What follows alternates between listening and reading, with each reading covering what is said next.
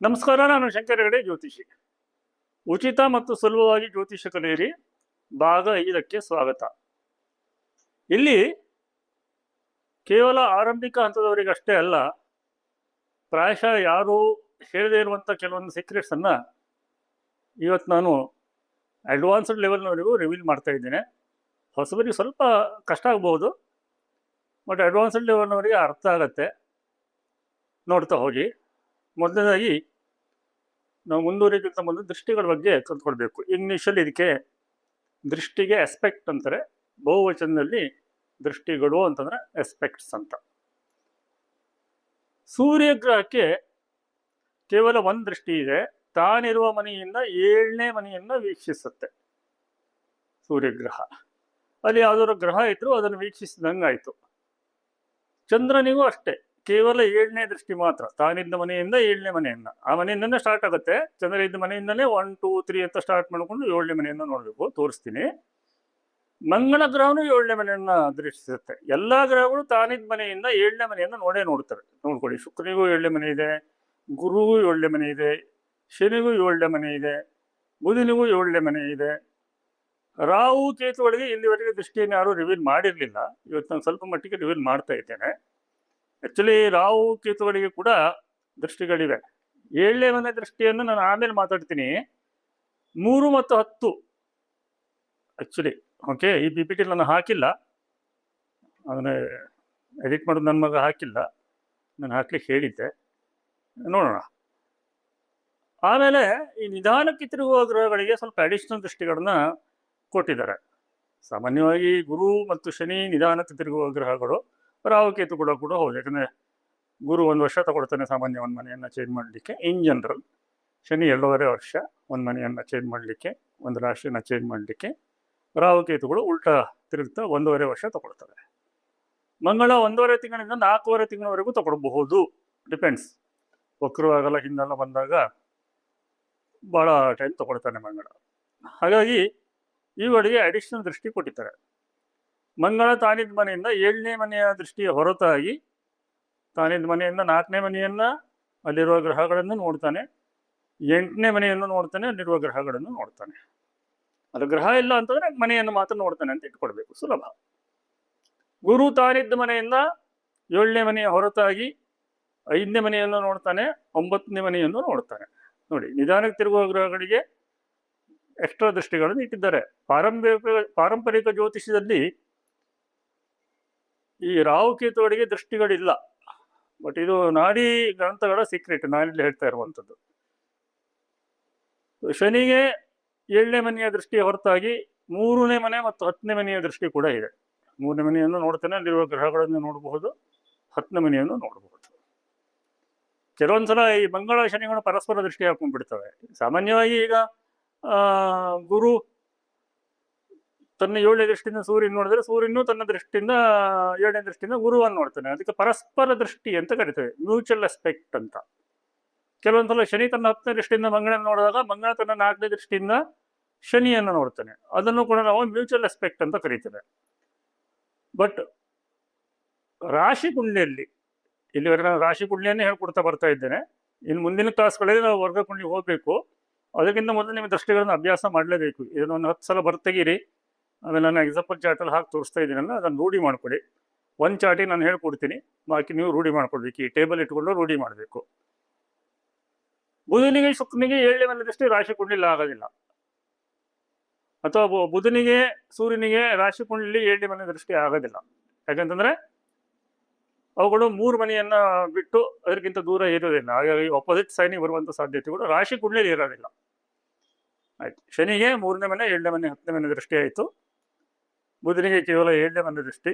ರಾಹುಗೆ actually 7ನೇ ಮನೆ ದೃಷ್ಟಿಯ secret ಇದೆ. ಅದು ನಾನು ಈಗ ಸದ್ಯಕ್ಕೆ ಹೇಳಿದ್ರೆ ನಿಮ್ಗೆ ಕನ್ಫ್ಯೂಸ್ ಆಗುತ್ತೆ. ಗ್ರಹಗಳ ಕಾರಕತ್ವ ಮತ್ತು ಮನೆಗಳ ಇಂಪಾರ್ಟೆನ್ಸ್, ಇಂತಿಂಥ ಮನೆ ಇಂತಿಂಥದ್ದು, ಇಂಥ ಮನೆಯಿಂದ ಇಂತಿಂಥ ನೋಡ್ಬೇಕು, ಅದಕ್ಕೆ ಸಂಬಂಧಿಸಿದಂಥ ವರ್ಗ ಕುಂಡ್ಲಿನ ನೋಡ್ಬೇಕಾದ್ರೆ ರೂಢಿ ಆಗುತ್ತೆ. ಅದಕ್ಕೆ ಸ್ವಲ್ಪ ತೋರಿಸ್ತೀನಿ ಇವತ್ತು. ಅಂದರೆ ರೆಗ್ಯುಲರ್ ಫಾಲೋವರ್ಸಿಗೆ ಇಲ್ಲದೆ ನಾನೇನು ಕೊಳ್ಳಿಲ್ಲ ಅಂತ ಬೋರ್ ಆಗ್ಬೋದು, ಸ್ವಲ್ಪ ಮಟ್ಟಿಗೆ ಬಿಡ್ತೀನಿ. ಕೇತುವಿಗೂ ಅಷ್ಟೇ. ಬಟ್ ಇದಕ್ಕೆ ಗ್ರಹಗಳ ಕಾರಕತ್ವ ಮತ್ತು ಪ್ರತಿಯೊಂದು ಮನೆಗಳ ಇಂಪಾರ್ಟೆನ್ಸು ರೂಢಿ ಆಗಬೇಕು. ನಿಧಾನಕ್ಕೆ ನಾವು ಮುಂದಿನ ವಿಡಿಯೋದಲ್ಲಿ ಒಂದೇ ಥರದ್ದು ಭಾಳ ಇಂಟ್ರೆಸ್ಟಿಂಗ್ ವಿಡಿಯೋ ಇರುತ್ತೆ. ಮುಂದಿನ ಕ್ಲಾಸು ಯಾಕೆಂತಂದ್ರೆ ಒಂದೇ ತರದ ಜಾತಕಗಳನ್ನಿಟ್ಟು ರಾಶಿ ಕುಂಡ್ಲಿ ಒಂದೇ ಇದ್ದು ವಿಭಿನ್ನವಾದಂತಹ ಅದೃಷ್ಟ ಯಾಕೆ ಬರುತ್ತೆ ಹೇಳೋದನ್ನ ನಾನು ತೋರಿಸ್ತೇನೆ. ಈಗ ಸಚಿನ್ ತೆಂಡೂಲ್ಕರ್ ಅವ್ರ ಜಾತಕ ನೋಡೋಣ. ನೋಡಿ, ಸಚಿನ್ ತೆಂಡೂಲ್ಕರ್ ಅವ್ರ ಜಾತಕದಲ್ಲಿ ಕರ್ಕಾಟಕ ಲಗ್ನಕ್ಕೆ ಯಾರ್ಯಾರು ನೋಡಿದ್ದಾರೆ ನೋಡಿ. ಫಸ್ಟ್ 7ನೇ ದೃಷ್ಟಿಯನ್ನಷ್ಟೇ ಅಭ್ಯಾಸ ಮಾಡೋಣ. ಗುರು ತನ್ನ 7ನೇ ದೃಷ್ಟಿಯಿಂದ ಲಗ್ನವನ್ನು ನೋಡಿದ್ದಾನೆ. ಕುಜ ತನ್ನ 7ನೇ ದೃಷ್ಟಿಯಿಂದ ಲಗ್ನವನ್ನು ನೋಡಿದ್ದಾನೆ. ಶನಿ ತನ್ನ 3ನೇ ದೃಷ್ಟಿಯಿಂದ ಲಗ್ನವನ್ನು ನೋಡ್ಕೊಂಡಿದ್ದಾನೆ. ಅರ್ಥ ಆಗ್ತಿದೆಯಲ್ವಾ? ಹಿಂದಿನ ಟೇಬಲ್ನ ತೆಗೆದುಕೊಂಡು ಅದನ್ನು ಒಂದು ನೋಟ್ಬುಕ್ಕಲ್ಲಿ ಬರೆದಿಟ್ಕೊಂಡು ಇದನ್ನು ನೋಡ್ತಾ ಹೋಗಿ.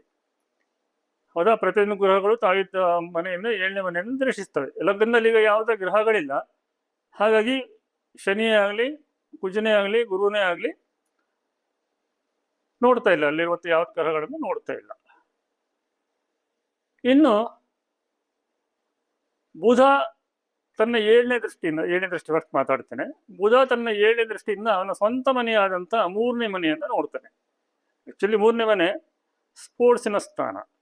ಬುಧ ಅಲ್ಲಿ ನೀಚಭಂಗ ರಾಜಯೋಗ ಮಾಡಿಕೊಂಡು 3ನೇ ಮನೆಯನ್ನು ನೋಡ್ತಿದ್ದಾನೆ, ತನ್ನ ಸ್ವಂತ ಮನೆಯನ್ನು ನೋಡ್ತಿದ್ದಾನೆ. ಬಹಳ ಇಂಪಾರ್ಟೆಂಟು. ಮನೆಯ ಅಧಿಪತಿ ಮನೆಯನ್ನು ನೋಡೋದಿದೆಯಲ್ಲ, ಇಲ್ಲಿ ಬರುತ್ತೆ ನೋಡಿ ಜ್ಯೋತಿಷ್ಯ ನಿಜವಾದ ತತ್ವಗಳು, ಬಹಳ ಇಂಪಾರ್ಟೆಂಟು. ಇನ್ನು ಸೂರ್ಯ ಮತ್ತು ಶುಕ್ರರು ತಮ್ಮ 7ನೇ ದೃಷ್ಟಿಯಿಂದ 4ನೇ ಮನೆಯನ್ನು ನೋಡ್ತಾ ಇದ್ದಾರೆ. ಲಗ್ನದಿಂದ 4ನೇ ಮನೆ ನೋಡಿ. ಓಕೆ, ಲೆಕ್ಕ ಹಾಕೊಡಿ. ಕರ್ಕ 1, ಸಿಂಹ 2, ಕನ್ಯಾ 3, ತುಲ 4ನೇ ಮನೆ. ಸೊ ಸೂರ್ಯ ಮತ್ತು ಶುಕ್ರ, ಉಚ್ಚ ಸೂರ್ಯ ಮತ್ತು 4ನೇ ಮನೆಯ ಅಧಿಪತಿಯಾದಂಥ ಶುಕ್ರ 4ನೇ ಮನೆಯನ್ನು ನೋಡ್ತಾ ಇದ್ದಾನೆ. ಸೊ ನೋಡಿ, ಈಗ 4ನೇ ಮನೆಯ ಅಧಿಪತಿ, ಅದೇ ಆ ಮನೆಯ ಅಧಿಪತಿ, ಅದಕ್ಕೆ ಸಂಬಂಧಿಸಿದ ಮನೆಯ ಅಧಿಪತಿ ಅದನ್ನು ನೋಡ್ತಾ ಇದ್ದಾನೆ. ಉಚ್ಚ ಸೂರ್ಯ ದ್ವಿತೀಯಾಧಿಪತಿ ಕೂಡ 4ನೇ ಮನೆ ನೋಡ್ತಿದ್ದಾನೆ. ಸಾಮಾನ್ಯವಾಗಿ ನಾವು 4ನೇ ಮನೆಗೆ ಜನರಲ್ ಹ್ಯಾಪಿನೆಸ್ ಅಂತ ತಗೊತೇವೆ. ಇನ್ ಜನರಲ್ 4ನೇ ಮನೆ ಮಾತೃಸ್ಥಾನ, 4ನೇ ಮನೆ ಇದು ಆಸ್ತಿಗಳ ಅಂದರೆ ಸ್ಥಿರಾಸ್ತಿಗಳ ಸ್ಥಾನ. ಆಮೇಲೆ ಶುಕ್ರ 4ನೇ ಮನೆ ಅಧಿಪತಿ ಆದರೆ ಅಲ್ಲಿ ವೆಹಿಕಲ್ಸ್ಗಳಿಗೂ ಕಾರಕ ಆಗ್ತಾನೆ. 4ನೇ ಮನೆಗೆ ಚರಾಸ್ತಿ, ಅದು ಚರಾಸ್ತಿಗಳಲ್ಲಿ ಗೋಲ್ಡು, ಸಿಲ್ವರು, ಕಾರು ಇವೆಲ್ಲ ಹೊತ್ಕೊಂಡು ಹೋಗುವಂಥದ್ದು ಬರ್ತವೆ. ಸ್ಥಿರ ಆಸ್ತಿಗಳು ಅಂತಂದರೆ ನಾವು ತಗೊಂಡು ಹೋಗೋಕ್ಕಾಗಲ್ಲ ಅಂಥವು, ಮನೆ, ಫಾರ್ಮ್ ಹೌಸ, ಫಾರ್ಮ ಇಂಥವೆಲ್ಲ ಬರ್ತವೆ. ಸೊ ನೋಡಿ, ಅಲ್ಲಿ ಸ್ವಂತ ಮನೆಯ ಅಧಿಪತಿ ಅಂತ ಶುಕ್ರ 4ನೇ ಮನೆಯನ್ನು ನೋಡ್ತಾ ಇರೋದ್ರಿಂದ 7ನೇ ದೃಷ್ಟಿಯಿಂದ ಸಾಕಷ್ಟು ಆಸ್ತಿಗಳನ್ನು ಮಾಡ್ಕೊಂಡಿದ್ದಾರೆ. ಹೌದಾ? ಆಮೇಲೆ ಚಂದ್ರನ ತಗೊಳ್ಳಿ. ಚಂದ್ರ ತನ್ನ 7ನೇ ದೃಷ್ಟಿಯಿಂದ 12ನೇ ಮನೆಯನ್ನು ನೋಡ್ತಿದ್ದಾನೆ, ಲಗ್ನಾಧಿಪತಿ.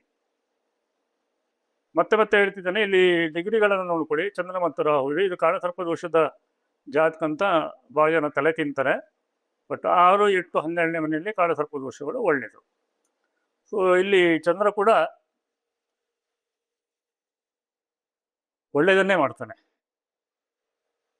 ಚಂದ್ರ ಲಗ್ನಾಧಿಪತಿಯಾಗಿ 12ನೇ ಮನೆಯನ್ನು ನೋಡಿರೋದ್ರಿಂದ 6ನೇ ಮನೆ ಸ್ಪೋರ್ಟ್ಸ್ ಮತ್ತು ಕಾಂಪಿಟೇಷನ್ಗೆ ಸಂಬಂಧಿಸಿದಂಥ ಮನೆಯಲ್ಲಿ ಕೂತ್ಕೊಂಡು ಪಾಸಿಟಿವ್ ರಾಹು, ಪಾಸಿಟಿವ್ ಕೇತುವಿನ ಆಕ್ಸಿಸಲ್ಲಿ ನಾನು ರಾಹುಕೇತುನ 7ನೇ ದೃಷ್ಟಿಯನ್ನು ಎಷ್ಟು ಬೇಗ ಹೇಳಲ್ಲ, ನಮಗೆ ಗ್ರಹಗಳ ಕಾರಕತ್ವ ರೂಢಿ ಆಗಬೇಕು, ಆಮೇಲೆ ಹೇಳ್ತೀನಿ ಬಿಡಿ. ಇನ್ನು ಗುರು ತನ್ನ 9ನೇ ದೃಷ್ಟಿನ ನೋಡ್ತಾ ಇರುವಂಥದ್ದು ನೋಡಿ, 3ನೇ ಮನೆ ಮತ್ತೆ ಸ್ಪೋರ್ಟ್ಸಿನ ಮನೆ. ಗುರು ತನ್ನ 5ನೇ ದೃಷ್ಟಿಯಿಂದ ನೋಡ್ತಿರುವಂಥದ್ದು 11ನೇ ಮನೆ, ನೀಚಭಂಗ ರಾಜಯೋಗದಲ್ಲಿರುವಂಥ ಗುರು. ನೀಚಭಂಗ ರಾಜಯೋಗ ಹೇಳುವಂಥದ್ದು ನಾವು ವರ್ಗ ಕುಂಡ್ಲಿಗಳನ್ನು ಮುಟ್ತಾ ಹೋದಾಗೆ ಮಾತಾಡ್ತಾ ಹೋಗೋಣ. ಒಂದೊಂದೇ ರಾಜಯೋಗಗಳು ಸ್ವಲ್ಪ ಇಲ್ಲ, 1000ಗಟ್ಟಲೆ ಇವೆ. ಅದಕ್ಕೆ ಆಯಿತಾ, ಗುರು ತನ್ನ 5ನೇ ದೃಷ್ಟಿಯಿಂದ ಅಲ್ಲಿಂದಲೇ ಸ್ಟಾರ್ಟ್ ಮಾಡಬೇಕು, ಮಕರದಿಂದಲೇ ಸ್ಟಾರ್ಟ್ ಮಾಡ್ಕೊಳ್ಳಿ. ಮಕರ 1, ಕುಂಭ 2, ಮೀನ 3, ಮೇಷ 4, ವೃಷಭ 5. ಸೊ 5ನೇ ಮೇಲಿರುವಂಥ ಶನಿಯನ್ನು ನೋಡ್ತಿದ್ದಾನೆ ಗುರು ತನ್ನ 5ನೇ ದೃಷ್ಟಿಯಿಂದ. ಅಲ್ಲಿಂದ ಗುರುವಿನಿಂದ ಲಗ್ನದಿಂದ 11ನೇ ಮೇಲೆ ಇರುವಂಥ ಶನಿಯನ್ನು ನೋಡ್ತಾ ಇದ್ದಾನೆ. ಇದು ಒಂಥರ ಒಳ್ಳೆಯ ದೃಷ್ಟಿ. ಇದು ನೀಚಭಂಗ ರಾಜಯೋಗ ಗುರುವಿಗೆ ಅಲ್ಲಿ ಒಳ್ಳೆ ದೃಷ್ಟಿ ಆಯಿತು. ತೆಂಡಕರವರಿಗೆ ಗುರು ಸಂತಾನ ಕಾರಕ ಅಲ್ವಾ, 2 ಮಕ್ಕಳಿದ್ದಾರೆ, ಏನು ತೊಂದರೆ ಇಲ್ಲ. ಆಮೇಲೆ ಕುಜ ತನ್ನ 4ನೇ ದೃಷ್ಟಿಯಿಂದ 10ನೇ ಮನೆಯನ್ನು ನೋಡ್ತಾ ಇದ್ದಾನೆ. ಆಗಲೇ ಹೇಳಿದ್ದೆ ನಾನು, ಬುಧ ಮತ್ತು ಕುಜ ಸ್ಪೋರ್ಟ್ಸ್ಗೆ ಕಾರಕ ಗ್ರಹಗಳು. ಉಚ್ಚ ಕುಜ 4ನೇ ಮನೆಯನ್ನು ನೋಡ್ತಾ ಇದ್ದಾನೆ, 10ನೇ ಮನೆಯನ್ನು ನೋಡ್ತಿದ್ದಾನೆ, ಕ್ಷಮಿಸಿ, 10ನೇ ಮನೆಯನ್ನು ನೋಡ್ತಿದ್ದಾನೆ. 10ನೇ ಮನೆ ಅಧಿಪತಿಯಾಗಿ ಸ್ಪೋರ್ಟ್ಸೇ ಪ್ರೊಫೆಷನ್ ಆಯಿತು. ಗುರುನು ತೋರಿಸ್ದ, ಕುಜನೂ ಅದನ್ನು ತೋರಿಸ್ದ. ಉಚ್ಚ ಕುಜ 2ನೇ ಮನೆಯನ್ನು ನೋಡ್ದ ಲಗ್ನಿಂದ. ಸೊ ಧನಸ್ಥಾನ, ಸ್ಪೋರ್ಟ್ಸಿಂದ ದುಡ್ಡು ಬಂದಿದೆ. ಹೀಗೆ ನಾವು ಡಿಕೋಡ್ ಮಾಡಲಿಕ್ಕೆ ಕಲಿತಾ ಹೋಗ್ಬೇಕು. ನಿಧಾನ ಕಲಿಯೋಣ, ಏನು ತೊಂದರೆ ಇಲ್ಲ. ಆಮೇಲೆ ಶನಿ ತನ್ನ 3ನೇ ದೃಷ್ಟಿಯನ್ನು ಹೇಳಿದೆ ಲಗ್ನಕ್ಕೆ ನೋಡ್ತಿದ್ದಾನೆ. 7ನೇ ದೃಷ್ಟಿಯನ್ನು 5ನೇ ಮನೆಗೆ ಹಾಕಿದ್ದಾನೆ. ಓಕೆ, 11ನೇ ಮನೆ ಶನಿ ಒಳ್ಳೆಯದು. ಇದೆಲ್ಲ ಫಸ್ಟ್ ಕಲಿತಾ ಹೋಗ್ಬೇಕಾಗುತ್ತೆ. ನಾವು ನಿಧಾನ ಕಲಿಬೇಕು, ಆಮೇಲೆ ಕಲಿಯೋಕ್ಕಾಗಲ್ಲ. ಶನಿ 3, 6, 11ರಲ್ಲಿ ಒಳ್ಳೆಯದು. 11ನೇ ಮನೆ ಶನಿ 5ನೇ ಮನೆ ನೋಡಿರೋದು ಲವ್ ಸಕ್ಸಸ್ಫುಲ್ ಇರೋದು. ಲವ್ ಮ್ಯಾರೇಜ್ ಆಗಿದೆಯಲ್ವಾ, ಸಕ್ಸಸ್ಫುಲ್ಲು. ಶನಿ ತನ್ನ 10ನೇ ದೃಷ್ಟಿನ ನೋಡುತ್ತಾ ಇರುವಂಥದ್ದು 8ನೇ ಮನೆಯನ್ನು, 8ನೇ ಮನೆ ಅಧಿಪತಿಯಾಗಿ 8ನೇ ಮನೆಯನ್ನು. ಸೊ ದೀರ್ಘಾಯು ಅದಕ್ಕೆಲ್ಲ ಬರುತ್ತೆ. 8ನೇ ಮನೆ ಆಯುಷ್ಯ ಸ್ಥಾನ. ಹಾಗೆಯೇ 8ನೇ ಮನೆ ಸಡನ್ ಹ್ಯಾಪ್ನಿಂಗ್ಸು. ಬಹುಶಃ ಅವರೇ ನಿರೀಕ್ಷೆ ಮಾಡಿರಲಿಕ್ಕಿಲ್ಲ, ಅಷ್ಟು ಚಿಕ್ಕ ವಯಸ್ಸಲ್ಲಿ ತಾನು ನ್ಯಾಷನಲ್ ಟಿವಿ ಆಡ್ತೀನಿ ಅಂತ. ಅದಾಗಿದೆ. ಬುಧನ್ ಹೇಳಾಯಿತು. ಇನ್ನು ಕೇವಲ ರಾವಿನ ಒಂದು ದೃಷ್ಟಿಯನ್ನಷ್ಟೇ ಇವತ್ತು ಹೇಳ್ಕೊಡ್ತೀನಿ, ಯಾಕಂದರೆ ನಿಮಗೆ ಗ್ರಹಗಳ ಕಾರಕತ್ವ ಬರೋ ತನಕ ಸ್ವಲ್ಪ ಕಷ್ಟನೇ ಆಗುತ್ತಿದ್ದು. ರಾಹು ನೋಡಿ ತನ್ನ 10ನೇ ದೃಷ್ಟಿಯನ್ನು ನೋಡ್ತಿರುವಂಥದ್ದು 3ನೇ ಮನೆ. 3, 6, 10, 11ರಲ್ಲಿ Rahu positive. So positive Rahu ಇದು ಸೀಕ್ರೆಟ್ ಇದೆ ಆ್ಯಕ್ಚುಲಿ. ಇದು ಬಿಗಿನರ್ಸ್ಗೆ ಅಷ್ಟೇ ಅಲ್ಲ, ಅಡ್ವಾನ್ಸ್ಡ್ ಲೆವೆಲ್ಗೂ ಬರುತ್ತೆ. ಇದು ನಾಡಿ ಜ್ಯೋತಿಷ್ಯದಲ್ಲಿ, ನಾಡಿ ಗ್ರಂಥಗಳಲ್ಲಿರುವಂಥ ಸೀಕ್ರೆಟ್. ಯಾವ್ಯಾವುದೋ ನಾಡಿಗಳೆಲ್ಲ ಬಂದಿವೆ ಈಗೆಲ್ಲ, ಅಲ್ಲ. ನಾಡಿ ಗ್ರಂಥಗಳ ಹತ್ರನೇ ಇರ್ತವೆ, ಅದು ಬೇರೆಯವ್ರ ಕೈಗೆ ಹೋಗಲ್ಲ. ಕೆಲವೊಂದು ಜೀವನಾಡಿಗಳಂತ ಇರ್ತವೆ, ಒಬ್ಬೊಬ್ಬರ ಕೈಯಲ್ಲಿ ಒಂದೊಂದು ಸೀಕ್ರೆಟ್ ಕೊಡ್ತವೆ. ಆ ಪೇಜ್ಗಳೇ ಚೇಂಜ್ ಆಗ್ತವೆ. ಅಂಥ ಒಂದು ಅನಗ್ಯ ರತ್ನಗಳನ್ನು ಹೊಂದಿರುವಂತಹ ಮಹಾನ್ ದೇಶ ನಮ್ಮದು. ಅಂಥ ಒಂದು ನಾಡಿಯಲ್ಲಿ ಸಿಕ್ಕಿರುವ ಸೀಕ್ರೆಟ್ ಇದೆ. ಸುಮಾರು 10ರಿಂದ 12 ತಿಂಗಳಿಂದ ನಂಗೆ ಸಿಕ್ಕಿದೆ ಇದು ಅಷ್ಟೇ. ನನಗೇ ಸಿಕ್ಕಿದ್ದೆ ಲೇಟ್ ಆಗೋಯ್ತು. ಸೊ ರಾವಿನ 10ನೇ ದೃಷ್ಟಿ ತೊಗೊಂಡ್ರೆ ಪುನಃ ಪಾಸಿಟಿವ್ ರಾವ್. ಅದು 6ನೇ ಮನೆ ಪಾಸಿಟಿವ್ ರಾವ್. 10ನೇ ದೃಷ್ಟಿ ಸ್ಪೋರ್ಟ್ಸಿಗೆ ಸಪೋರ್ಟ್ ಮಾಡ್ತು. ಕೇತು ಕೂಡ ಅಲ್ಲಿ ಪಾಸಿಟಿವ್ ಆಗಿದ್ದರಿಂದ ಕೇತುವಿನ 3ನೇ ದೃಷ್ಟಿ ನೋಡಿ 2ನೇ ಮನೆ ಬರುತ್ತೆ. ಸಾಕಷ್ಟು ದುಡ್ಡು ಬಂತು. ಇಷ್ಟೇ ತಿಳ್ಕೊಳ್ಳಿ. ಇದೇ ರೀತಿ ನಾವು ವರ್ಗಕುಂಡಿಯಲ್ಲಿ ಕೂಡ ದೃಷ್ಟಿಗಳನ್ನು ಅಭ್ಯಾಸ ಮಾಡಬೇಕಾಗತ್ತೆ. ಮುಂದಿನ ವಿಡಿಯೋದಲ್ಲಿ ಒಂದೇ ಥರ ಇರುವಂಥ ಜಾತಗಳನ್ನು ಹಾಕಿ ದೃಷ್ಟಿಗಳನ್ನು ಅಭ್ಯಾಸ ಮಾಡಿಸ್ತೀನಿ. ಅಲ್ಲಿವರೆಗೆ ಇಷ್ಟನ್ನು ನೀವು ಆ ಟೇಬಲನ್ನು ಇಟ್ಕೊಂಡು ನಾನು ಕೊಟ್ಟಿರುವ ಅನೇಕ ಜಾತಕಗಳಲ್ಲಿ ದೃಷ್ಟಿಗಳನ್ನು ಅಭ್ಯಾಸ ಮಾಡಿ. ಅಲ್ಲಿವರೆಗೆ ನಮಸ್ಕಾರ.